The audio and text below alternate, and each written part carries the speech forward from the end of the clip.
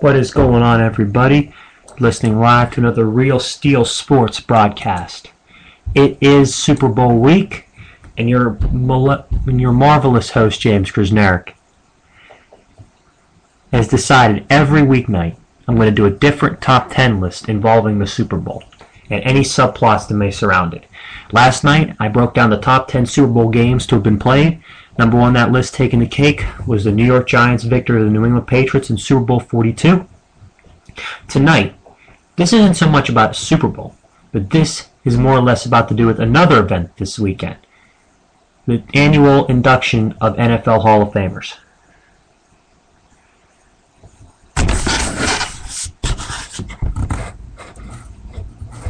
Now, the day before the Super Bowl every year, the NFL sports writers induct at least 5 members of the Pro Football Hall of Fame. And this year they will do it again. There is a list of players who have yet to be elected, and I'm going through and I'm going to discuss my list of the top 10 players that have not been inducted in the Hall of Fame. Each player has to have been eligible for at least 1 year and to have not been elected that year. Let's start off the list with number 10. Green Bay Packers wide receiver, Sterling Sharpe. Sterling Sharpe was the man in his day. He was easily a top 3 wide receiver in the NFL. Just as good as some of the best to have played the game ever. There are some players in the Hall of Fame that Sterling Sharpe was definitely better than. All time, his numbers are not particularly impressive. 72.6 receiving yards per game and 5 Pro Bowls and 3 All-Pro performances. It does look very, very average for a wide receiver. But you have to take into account that he only played 7 seasons. So to get 5 Pro Bowls and 3 All-Pro performances, if you were to average out his career number over 14 years, he would have 10 Pro Bowls, 6 All-Pro performances, and he would have accumulated 16,268 receiving yards. Far and away, that would be the number 2 total behind Jerry Rice in NFL history. He's also the first player to have back-to-back 100 reception years. Now, there has been a strong argument for Sterling Sharpe. You know, what would have happened had his career not ended? But that argument is also the reason why he's not been inducted in the Hall of Fame, is people don't know, well, maybe he would have had a downward spiral or this or that. The reason why Sterling Sharpe hasn't really been inducted, I think, is because of the fact there's already a log jam of receivers with greater numbers, like Tim Brown and Chris Carter and Andre Reed, that have yet to be inducted. But honestly, I think Sterling Sharpe was just as good as them. He was. I mean, you look at Green Bay, what they were, 1968 to really 1987. That was a 20-year era of dysfunction where they hardly made the playoffs.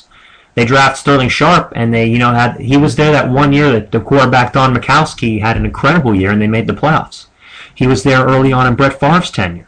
You know, all of the rise of Green Bay to NFL relevance again has a lot to do with the fact that Sterling Sharpe was on that football team.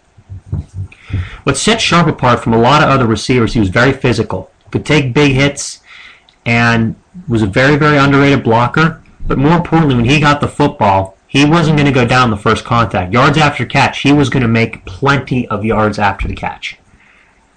He was very, very underrated in terms of his ability to go deep down the field, as evidenced by the long touchdown between him, from Brett Favre to him in the playoff game against the Detroit Lions. He really was an all-around wide receiver. It was a shame because he had a neck injury that ended his career after 7 years. One more hit to where he got hit, and he would have been paralyzed. Sterling Sharpe is number 10 on my list of players not in the Hall of Fame. His brother Shannon, who was the most prolific receiving tight end of all time, has been inducted in the Hall of Fame.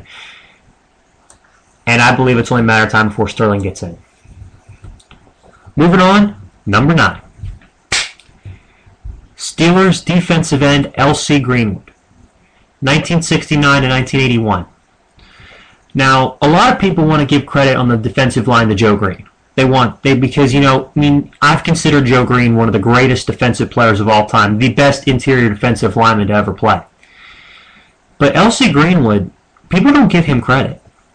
People say it was all Green. Not necessarily. There were days where, Green was blocked or Green didn't play. And L.C. Greenwood stepped up, and he was a nightmare for quarterbacks. He was one of the best pass rushers of the 1970s and is on the 1970s all-decade team. He has 73.5 sacks that are unofficial, and it's only unofficial because the NFL did not start to keep track of stats like that, sacks, until 1982. But he had 73.5, which was the most in Steeler history. 6 times a Pro Bowler, 2-time first-team All-NFL. Oh, by the way, he was the member of the greatest defensive line in the history of the NFL, a.k.a. the Steel Curtain, and he won 4 Super Bowls in 6 years. Very, very strong candidate. Very, very, very strong resume. And again, like I said, the only reason I think that L.C. Greenwood hasn't been inducted in the Pro Football Hall of Fame is because of the fact that you look at all the other guys in that defense. You look at the 4 that have already been inducted. Quarterback Mel Blount, linebackers Jack Ham and Jack Lambert, or the aforementioned defensive lineman Joe Green. I mean, eventually it gets to the point where a team is so good that people look and say, well, how many Hall of Famers can this team have? And, one day L.C. Greenwood will be inducted in the Hall of Fame as a senior member. He deserves it because the most impressive game I ever saw was in the end of the 1979 season. It was the last year the Steelers won the Super Bowl. And it was in a regular season game at home against Cleveland. Had 4.5 sacks after the third quarter.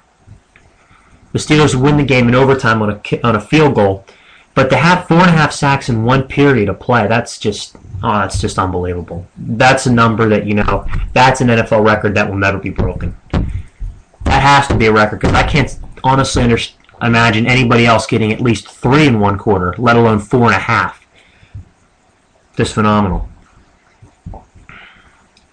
But I believe he will be inducted. After all, you ask quarterbacks of that decade, how good was L.C. Greenwood? You look at the best 4-3 defensive ends up there in NFL history, particularly from that era, and he's right there with them. Number 8, running back Ricky Watters. Now, Ricky Watters won a Super Bowl as a member of the San Francisco 49ers in '94, and also he played for the Eagles and the Seahawks. He has a career total of 14,891 scrimmage yards, which is 20th in league history, and actually has more yards than 3 running backs already in the Hall of Fame. Jim Brown, O.J. Simpson, and Franco Harris. Yes, he's got more yards than Jim Brown, combined rushing and receiving.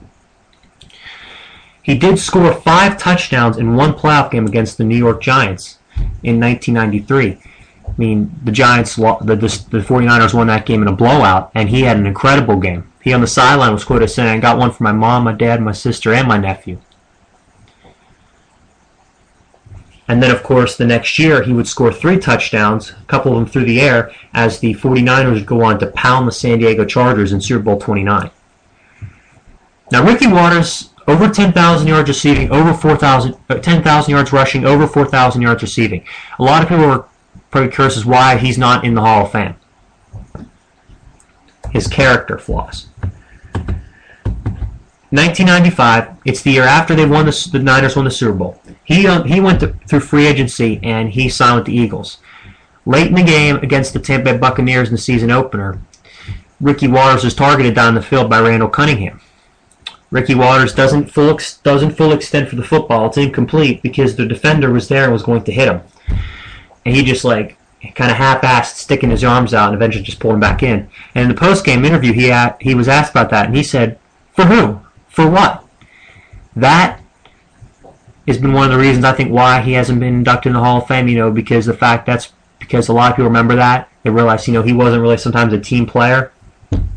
He carried a lot of emotion, Again, you kind of want your running back to have that kind of, emotion of, that believes he's invincible.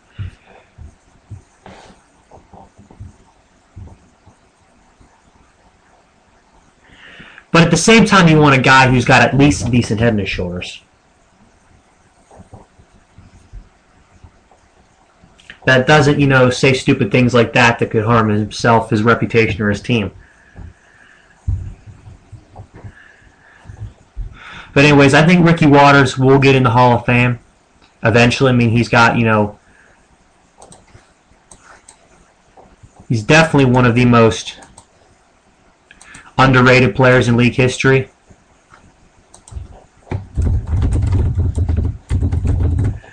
and I think his time will eventually come.